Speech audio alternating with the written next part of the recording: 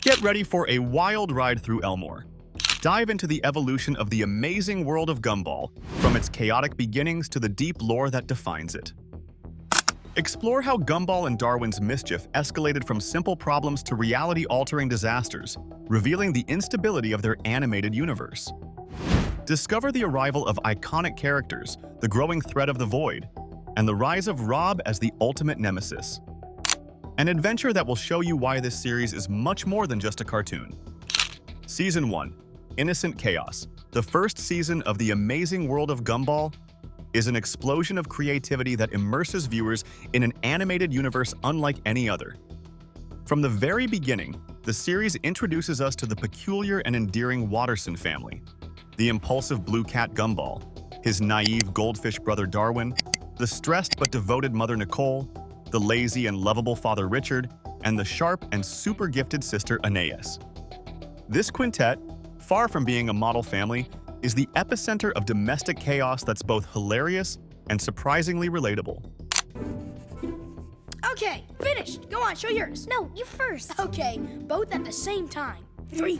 The pilot episode, the DVD, perfectly encapsulates the essence of what's to come. What begins as a simple act of carelessness, Gumball and Darwin breaking a rented DVD, quickly escalates into a comical chase of epic proportions. The brothers, with their childlike logic and tendency to escalate problems, find themselves embroiled in a frantic escape from the consequences, emulating action scenes worthy of a spy movie. This sequence is not only entertaining but also establishes the series' main engine, Gumball and Darwin's innate ability to turn the slightest inconvenience into an epic disaster. This dynamic sets the tone for the entire season. The initial episodes don't aim to build a complex narrative or a grand story arc that develops over multiple chapters. Instead, the series opts for a chaotic, slice-of-life approach, where each episode is mostly self-contained, focusing on daily antics, insignificant squabbles, and ridiculous adventures that, miraculously and improbably, they always manage to overcome. A memorable example is the episode where Gumball gets jealous when Darwin makes a new friend, unleashing a series of absurd situations that culminate in the brothers believing the world is ending and deciding to go wild. These scenarios, though exaggerated, often cleverly reflect the small frustrations and dramas of everyday life. Beyond the protagonists, this season introduces us to a rich and eccentric gallery of characters that populate the town of Elmore. Here, normalcy is a fluid concept. We meet Banana Joe, literally a walking banana with an optimistic personality and a tendency to crack jokes.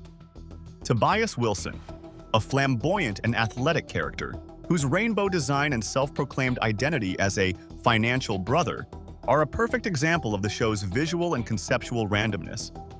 Carrie Kruger, an emo ghost who adds a touch of melancholy and gothic humor.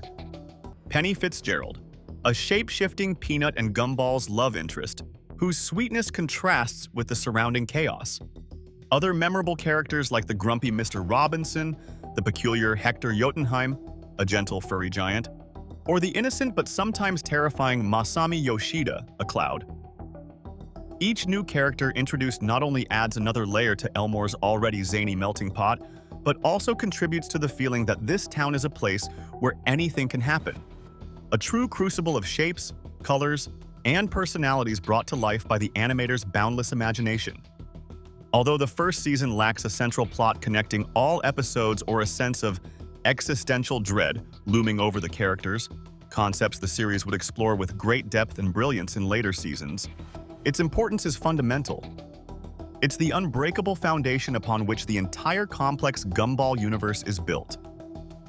It establishes the unwritten rules, or glorious lack thereof, of the world, introduces its visual idiosyncrasies and its particular brand of humor, and allows the audience to familiarize themselves with each character's roles and personalities before the series begins to brilliantly and often touchingly subvert them. This season is pure, unfiltered cartoon chaos, an explosive introduction that lays the groundwork for this universe to become progressively stranger, more fascinating, and ultimately more profound than one might expect from an animated series once the viewer dives into it. Season 2, Unstable Reality, challenging the boundaries of animated humor. Season 2 of The Amazing World of Gumball isn't just a continuation of the Watterson family's antics. It's a qualitative leap that redefines the scope and ambition of the series. Here, the show transcends mere sitcom comedy and isolated jokes to delve into bolder, more metaphysical territory, laying the groundwork for a deep exploration of character dynamics and, innovatively, hinting for the first time at Elmore's inherently unstable and malleable reality. One of the most fascinating and significant developments this season is the characters' growing awareness of their own existence within the show. This isn't just a gimmick. It's a narrative tool that allows Gumball to play with viewer expectations and explore the very nature of animation. A brilliant example of this occurs in episodes where the Watterson family repeatedly records over a home videotape. The chaotic situations arising from this action are not only literally played back for the audience, but the characters themselves acknowledge that their lives are a kind of recording. This constant interaction with the fourth wall, the invisible barrier between fiction and the audience, not only generates hilarious gags, but also introduces the intriguing idea that Gumball's world is fragile, rewritable, and potentially influenced by the characters themselves. Gumball and Darwin, with their usual blend of innocence and cunning, don't just live in a world with strange logic. You been eating this pizza? Just a little bit from the middle! Watterson, in accordance with Article 34 of the Frivolous Pizza Handbook, I fire thee. No! They can now interact with the audience and even, to some extent, influence it, constantly pushing the boundaries of what's expected from a children's cartoon.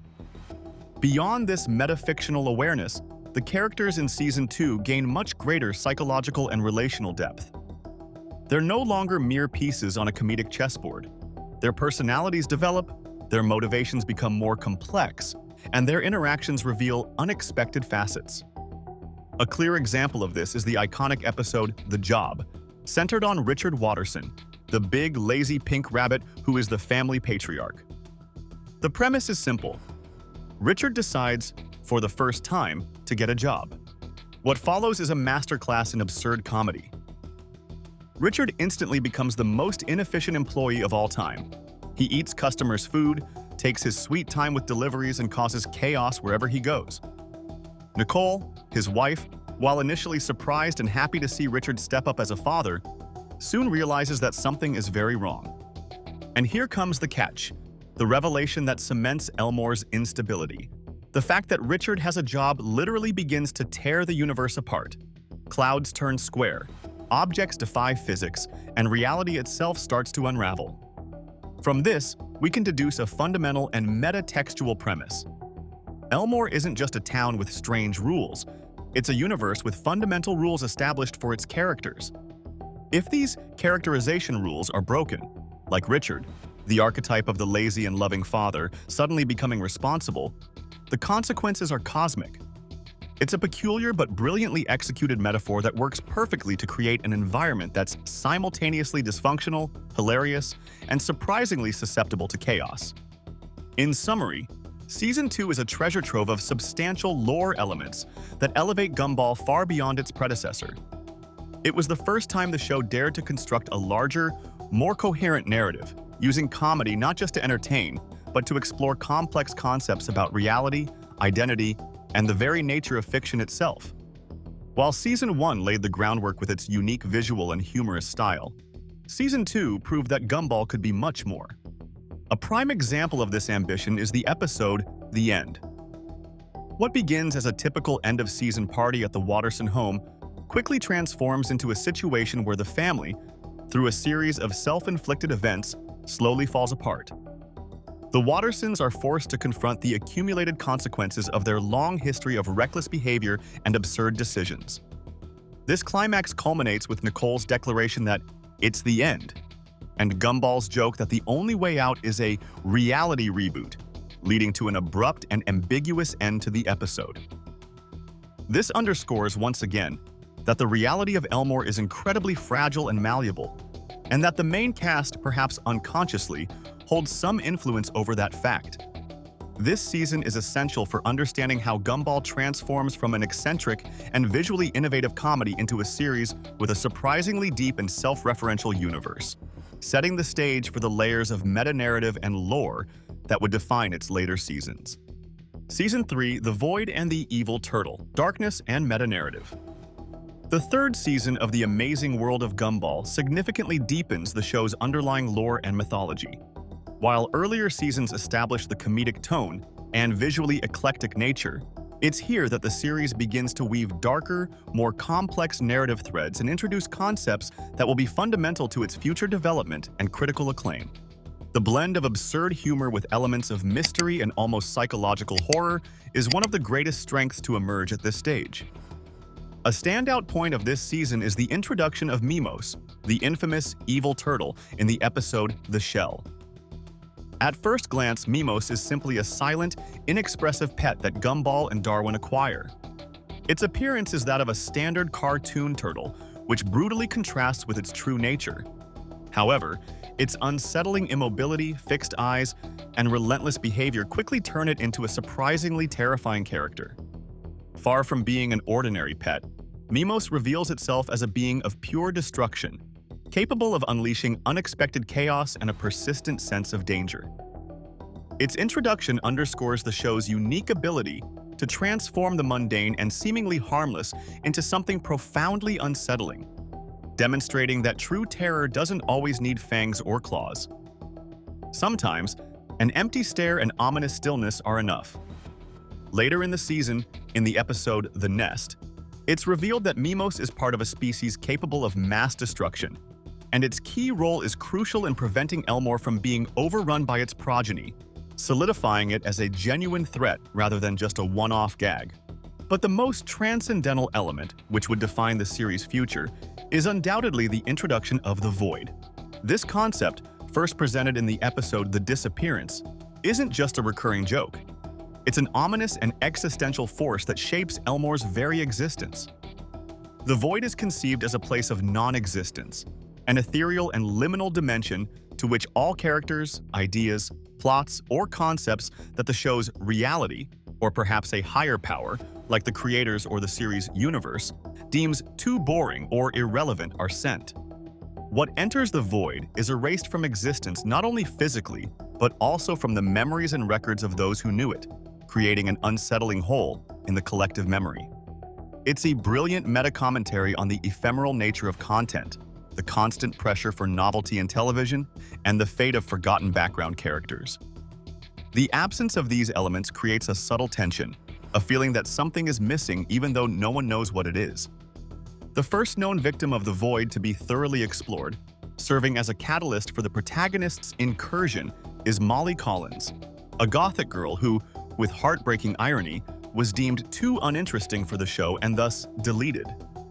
In an act of heroism, curiosity, and a bit of recklessness, Gumball, Darwin, and Mr. Small, the school counselor, who inexplicably has partial knowledge of the Void, venture into this terrifying dimension to rescue her.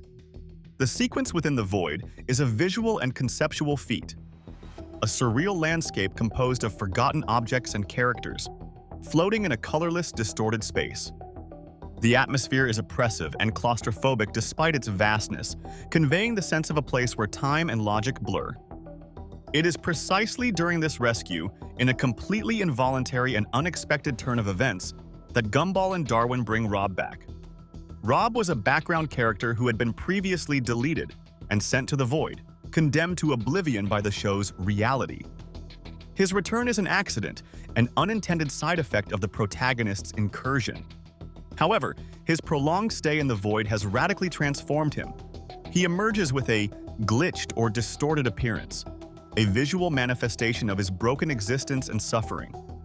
This distortion isn't just aesthetic, it reflects his broken mind and growing resentment. Rob doesn't return as just any character. He returns with a dark purpose and a bitter thirst for revenge against Gumball and Darwin, whom he directly blames for his oblivion, pain, and ostracization in the Void. His reintroduction lays the groundwork for him to become the series' main and most complex antagonist, a villain driven not by pure malice but by pain, trauma, and a deep need for recognition and catharsis.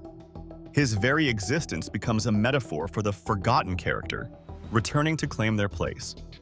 Thus, Season 3 elevates the Amazing World of Gumball to a new level.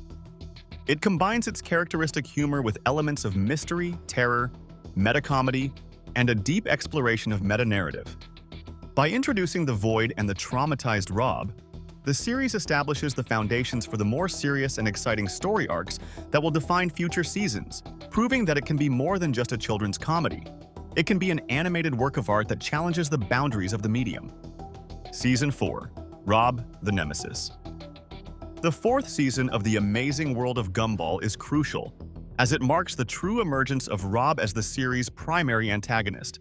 He's no longer just a glitched character returned from the Void. He now has a clear objective: to destroy Gumball and Darwin. However, his initial attempts are frankly pathetic. At first, Rob engages in a series of ineffective Tom and Jerry-style traps. He tries to harm Gumball with absurd contraptions that invariably end up hurting himself time and again, in true Roadrunner and Coyote fashion. The most hilarious part is that Gumball and Darwin are completely oblivious to his efforts. We see them walking and chatting nonchalantly, without the slightest idea that Rob is pursuing them with malevolent intentions. Rob's frustration reaches its peak, and in a desperate act, he confronts them and proclaims himself their nemesis. Darwin, with his usual innocence and empathy, feels sorry for him and even tries to give him a hug. Gumball and Darwin, with their peculiar worldview, decide that if Rob wants to be a villain, perhaps they should help him become a real one. They bestow upon him what might be the most mediocre villain name in history: Dr. Ricker. But Dr. Ricker takes his new role far too seriously. In a dramatic attempt to prove his villainy, he decides to flood all of Elmore by destroying what he believes to be the city's dam. The scene is filled with comedic tension as Gumball and Darwin rush to stop him, cut the wrong wire, and plunge into a frenzy of despair. In the end, they realize the hilarious truth: Elmore never had a dam. Dr. Ricker broke into a car repair shop, convinced it was a dam control room. The only thing he managed to flood was his own dignity. Rob fails again, but at least he gets a catchy catchphrase: "You've just been destroyed," though the narrator admits it's not very impactful. Rob's true threat materializes in the episode The Disaster. Here, Rob abandons the childish traps and cardboard helmets to obtain something far more dangerous: a magical remote control that manipulates the universe. This artifact gives him power over time, space, subtitles, parental filters, and virtually any aspect of Elmore's reality. It is, no exaggeration, the most powerful TV remote in cartoon history. Armed with this tool, Rob sets out to ruin Gumball's life in the cruelest way possible. He uses the subtitles to make Gumball insult Darwin, turning his best friend against him. He disables the parental filter, sparking an argument and separation between Nicole and Richard. He dims the screen, fast-forwards reality, changes the language, and even makes Penny think Gumball is cheating on her in Cantonese. It's absolute chaos, and for the first time, Rob's actions actually work. One by one, Gumball loses everyone he cares about. In a moment that's purely Rob, he delivers his classic villain monologue, switching to widescreen mode and adjusting the lighting for maximum drama. He reveals his motivation. He's not just angry, he's broken, a glitch who turned evil not by choice, but because Gumball needed a nemesis. Just as Rob is about to erase Gumball forever by sending him to the Void, the remote control's batteries die. Gumball survives by sheer luck, manages to fix the remote mid-fall, and rewinds everything. Time resets, undoing all the chaos Rob caused. The world is saved. But Rob is still there, broken and angry, a persistent threat. Season 4 leaves us with laughter, tears, and the unsettling revelation that the biggest threat to Elmore isn't a monster or a ghost, but a sad, glitched guy with a superpowered remote and too much free time. Season 5: The Time Loop and Redemption. The fifth season of The Amazing World of Gumball wastes no time, picking up the main storyline right where The Disaster left off. Gumball literally finds himself reliving the same day over and over again, a time loop that plunges him into a frustrating spiral of repetition. The advantage is that he remembers everything that happened, knows the events to come, and, crucially, knows that Rob is about to ruin everything again. Gumball, aware of the impending catastrophe, desperately tries to warn his family and everyone around him. But as usual in Elmore, no one pays him any attention. Richard keeps driving, Nicole keeps nagging, and Darwin and Anais are absorbed in their own songs and games.